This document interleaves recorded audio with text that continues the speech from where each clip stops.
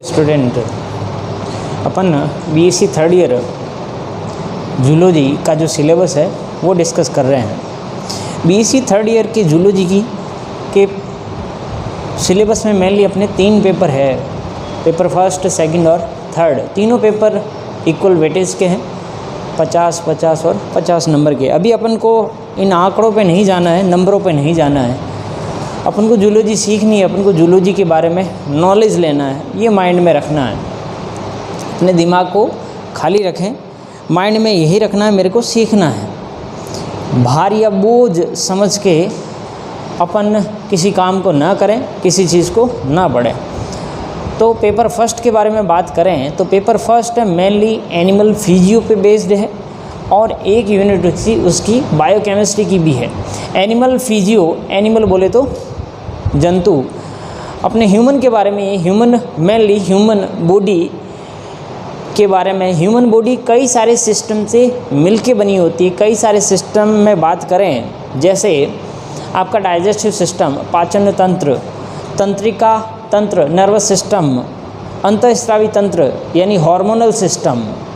इसके अलावा रक्त परिसंचरण तंत्र, हार्ट, धमनियाँ, वेंस, ब्लड फ्लो कैसे होता है आपके बॉडी में। तो आपकी बॉडी विभिन्न प्रकार के सिस्टम से मिलके बनी होती है। ये सिस्टम काम कैसे करते हैं, अलग अलग सिस्टम के फंक्शन क्या है, उनकी कार्य की कैसे होती है, वो काम कैसे करते हैं, तो इनके बारे में अपन डिस्कस करेंगे आपके पेपर फर्स्ट में, दैट इज़ एनिमल फिजियो।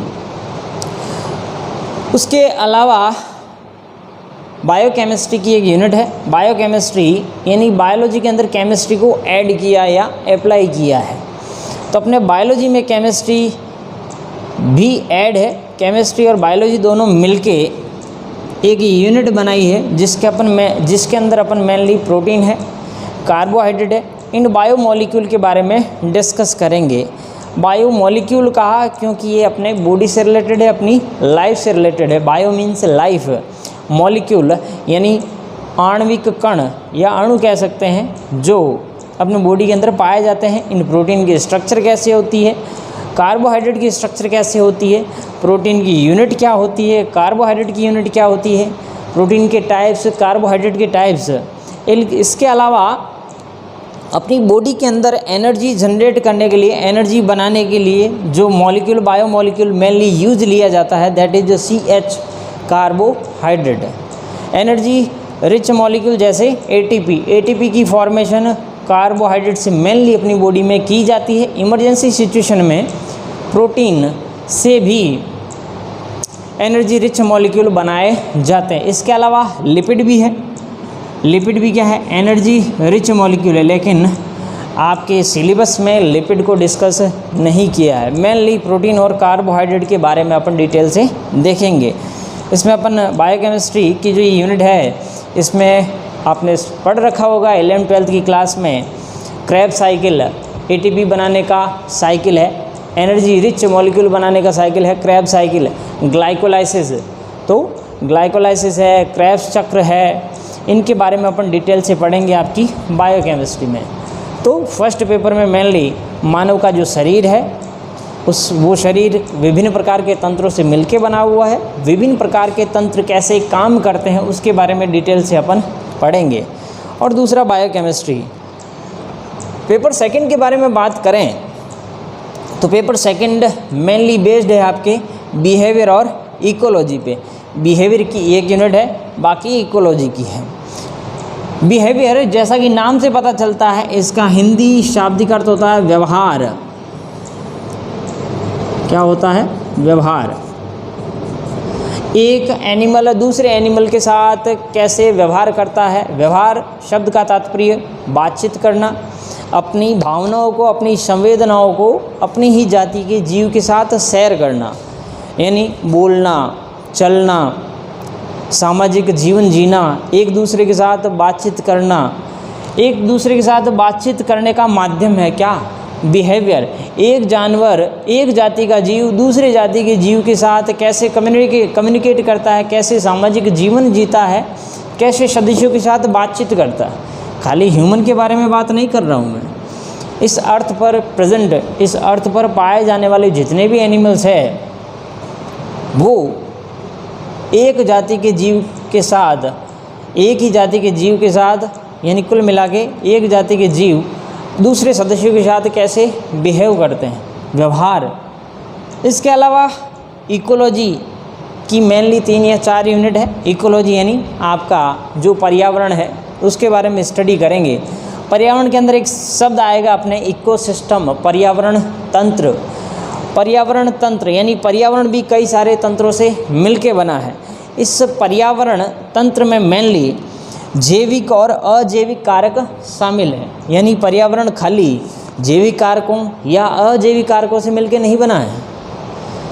ये बायोटिक और अबायोटिक फैक्टर, जैविक और अजैविक दोनों घटक आपस में इंटरेक्शन करते रहते हैं, इनके बीच में अंतरक्रिया होती रहती है। यानी बायोटिक फैक्टर जितने भी है अबायोटिक फैक्टर पे डिपेंड है। बायोटिक यानी जितने भी जीव है उनकी डेथ होती है, चाहे वो प्लांट हो चाहे एनिमल हो, वापस किस में तब्दील होते, किस में बदलते हैं, अबायोटिक फैक्टर जैसे मिट्टी वाले कारक हो गए, लाइट हो गया, रेनफॉल हो गया, ये सारे अबायोटिक फैक्टर में आते हैं। और बायोटिक फैक्टर में जितने भी जीव हैं वो आते हैं, इनके बीच में इंटरेक्शन अंतःक्रिया पड़ते हैं किसमें, इकोसिस्टम में। ये अपन देखेंगे मेनली इकोसिस्टम बहुत ही आज के टाइम में इम्पॉर्टेंट यूनिट है। कारण है ग्लोबल वार्मिंग। ग्लोबल वार्मिंग आज के समय में दुनिया की सबसे बड़ी समस्याओं में से एक समस्या है। ग्लोबल वार्मिंग को भी अपन डिटेल से पढ़ेंगे किसमें, इकोलॉजी में। उसके बाद 3rd पेपर आता है आपका अप्लाइड जूलॉजी का। अप्लाइड जूलॉजी यानी जूलॉजी अपना जो प्राणी शास्त्र है वो अपने दैनिक जीवन में क्या काम आ सकता है, अपन को रोजगार दे सकता है क्या, उस जूलॉजी को अपन अपनी लाइफ में अप्लाई कर सकते हैं क्या, उसके थ्रू रोजी रोटी कमा सकते हैं क्या, ये यूनिट है आपका 3rd पेपर। तो जैसा कि बता दिया मैंने कि जूलॉजी से अपन फ़ायदा कैसे उठा सकते हैं, क्या रोज़गार देने लायक है जूलॉजी, तो इसमें मेनली एनिमल्स की रियरिंग पढ़ेंगे अपन। एनिमल्स की रियरिंग यानी विभिन्न प्रकार के जानवरों को ह्यूमन पालता है खुद के फ़ायदे के लिए, उनके प्रोडक्ट प्राप्त करने के लिए। फॉर एग्ज़ाम्पल सेरीकल्चर हो गया। सेरीकल्चर में मेनली ह्यूमन रेशम कीट का पालन करता है। रेशम कीट पालन के लिए विभिन्न प्रकार के पौधे उगाता है, उन पौधों पर रेशम के कीड़े ला के छोड़े जाते हैं। फिर वो कीड़े जब मैच्योर हो जाते हैं, परिपक्व हो जाते हैं, तो उनकी लार से कोकून बनता है। उस कोकून से सिल्क यानी रेशम का धागा प्राप्त किया जाता है और रेशम के धागे से कई तरह की साड़ियाँ हैं, कई तरह के कपड़े हैं, वो बनाए जाते हैं। तो सेरीकल्चर रेशम प्राप्ति के लिए क्या कौन सा कीड़ा पाला जाता है, रेशम का कीट, वो प्रोसेस कहलाती है सेरीकल्चर। इसके अलावा मधुमक्खी पालन एपीकल्चर। मधुमक्खी पाली जाती है किस पर्पज़ से, हनी की प्राप्ति के लिए। हनी बाज़ार में, शहद हनी बाज़ार में कम से कम 250 से 300 रुपये पर केजी के हिसाब से बिकता है। डिपेंड करता है हनी की क्वालिटी कैसी है, जैसी क्वालिटी होती है वैसा उसके अकॉर्डिंग पैसा मिलता है। तो मधुमक्खी पालन का सही तरीका क्या है, कैसे अपन मधुमक्खी पालन के थ्रू पैसा कमा सकते हैं, इसके बारे में डिटेल से मैनेजमेंट किस तरीके से किया जाए मधुमक्खियों का, ताकि अपन को हनी अधिक मात्रा में प्राप्त हो सके। इसके अलावा अपन पढ़ेंगे पोल्ट्री कल्चर। पोल्ट्री शब्द का अर्थ होता है मुर्गी पालन। तो विभिन्न प्रकार की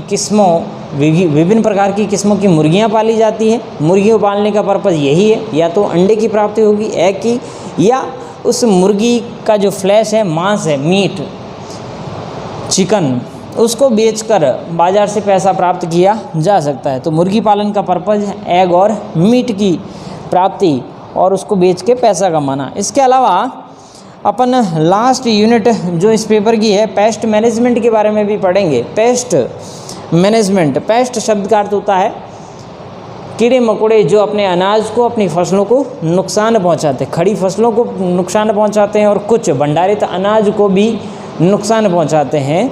तो इन कीड़े मकोड़ों से बचने के तरीके क्या है, इनको मारने के तरीके क्या है, इनको नेचुरल तरीके से हटाने के तरीके क्या है, वो अपन मेनली पढ़ेंगे किसमें, पेस्ट मैनेजमेंट में। तो ये थी आपकी इंट्रोडक्शन था जूलॉजी के सिलेबस का। नेक्स्ट जो वीडियो आएगा उसमें अपन पेपर फर्स्ट शुरू करेंगे एनिमल फिजियो यानी मानव कार्य की। इसका पहला वीडियो नेक्स्ट वीडियो में अपलोड करूँगा। अपन सबसे पहले मानव का डाइजेस्टिव सिस्टम पढ़ेंगे, पाचन तंत्र, यानी अपन जो भोजन करते हैं या भोजन खाते हैं उसका डाइजेशन कैसे होता है, कैसे वो ब्लड में जाता है, तो डाइजेशन का प्रॉपर तरीका क्या है, डाइजेस्टिव सिस्टम किन किन दूसरे अंगों से मिलके बना है, उसको अपन डिटेल से देखेंगे। नेक्स्ट वीडियो में अपन पढ़ेंगे पाचन तंत्र, मानव का पाचन तंत्र। Thank you dear students.